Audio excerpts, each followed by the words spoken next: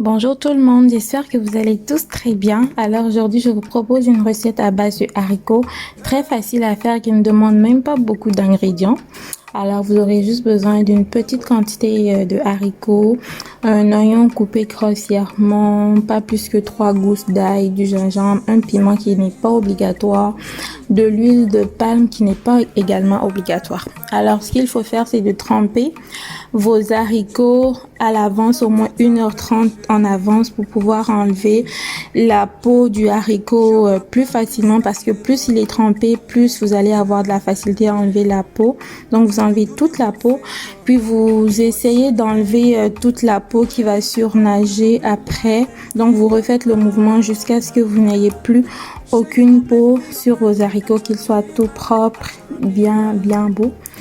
Ensuite, vous rajoutez tous vos ingrédients, tout le restant de vos ingrédients, l'oignon, le gingembre, le piment et l'ail. Puis vous faites passer le tout au mixeur pour avoir une pâte homogène.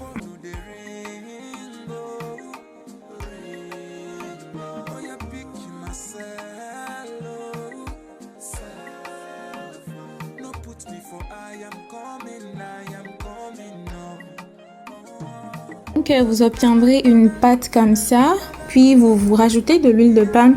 Dans le fond, l'huile de palme va apporter de la couleur et aussi un bon goût, donc vous pouvez rajouter de l'huile de palme. Moi j'aime bien le faire avec de l'huile de palme. Puis vous mélangez le tout, vous mélangez jusqu'à ce que votre mélange soit bien homogène. Puis vous rajoutez environ une petite cuillère à café de sel le sel c'est obligatoire, hein, donc vous rajoutez du sel. Puis vous mélangez encore. Donc moi je vais utiliser des petites moules en silicone comme ça. Je vais mettre un petit peu d'huile de palme dans la moule pour pas que ça colle, mais bon, c'est pas obligatoire, mais vous mettez votre pâte dans les moules de silicone comme ça.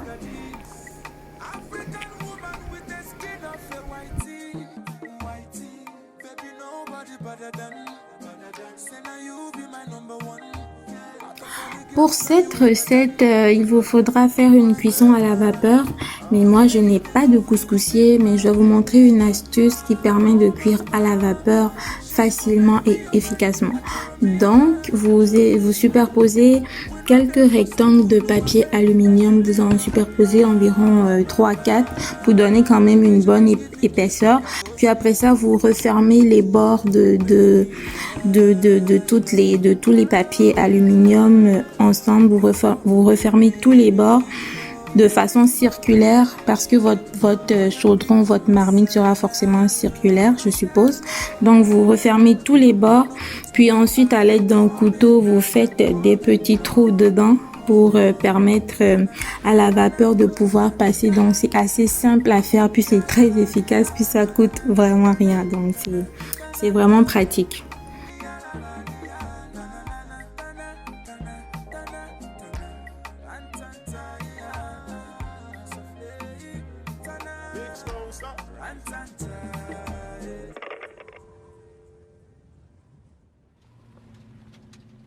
Ensuite, vous mettez une marmite au feu, vous mettez de l'eau dedans, puis vous refermez notre petite fabrication, vous refermez ça avec la marmite, vous la refermez vraiment correctement. Ensuite, vous allez pouvoir mettre nos petites préparations de tantôt, on va pouvoir les mettre par-dessus.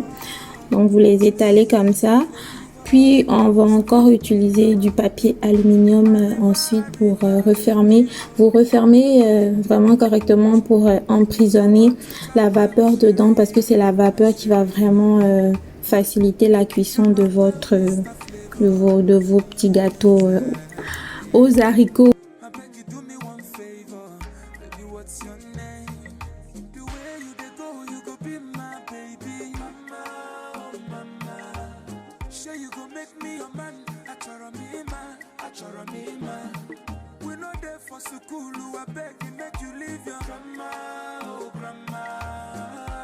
Alors j'ai laissé cuire à la vapeur pendant 25 minutes. Donc on va ouvrir pour voir ce que ça donne après 25 minutes de cuisson.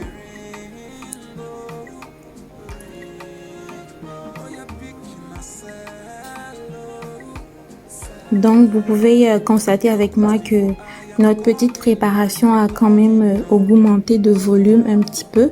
Donc, on va faire le test du couteau pour voir si ça cuit correctement. Donc, on voit qu'il n'y a pas vraiment de pâte qui est collée au couteau. Donc, ça veut dire que notre petite recette est prête. Mais on va la refermer encore quelques secondes pour être sûr que c'est bien cuit. Voilà, notre petite recette d'aujourd'hui est prête. Ça donne quelque chose comme ça, puis je l'accompagne avec un petit sauté de légumes. C'est vraiment pas compliqué à faire. C'est peut-être la partie où il faut enlever la peau des haricots qui est un peu plus fastidieux. Sinon, après ça, franchement, tout va très bien. C'est très facile à faire. Vous pouvez l'essayer chez vous, puis vous me direz si vous aimez.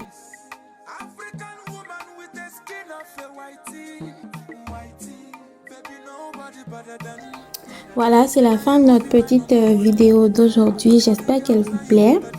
On se retrouve lundi prochain pour une nouvelle recette. D'ici là, portez-vous bien et n'oubliez pas de vous abonner à ma chaîne également. Bye bye!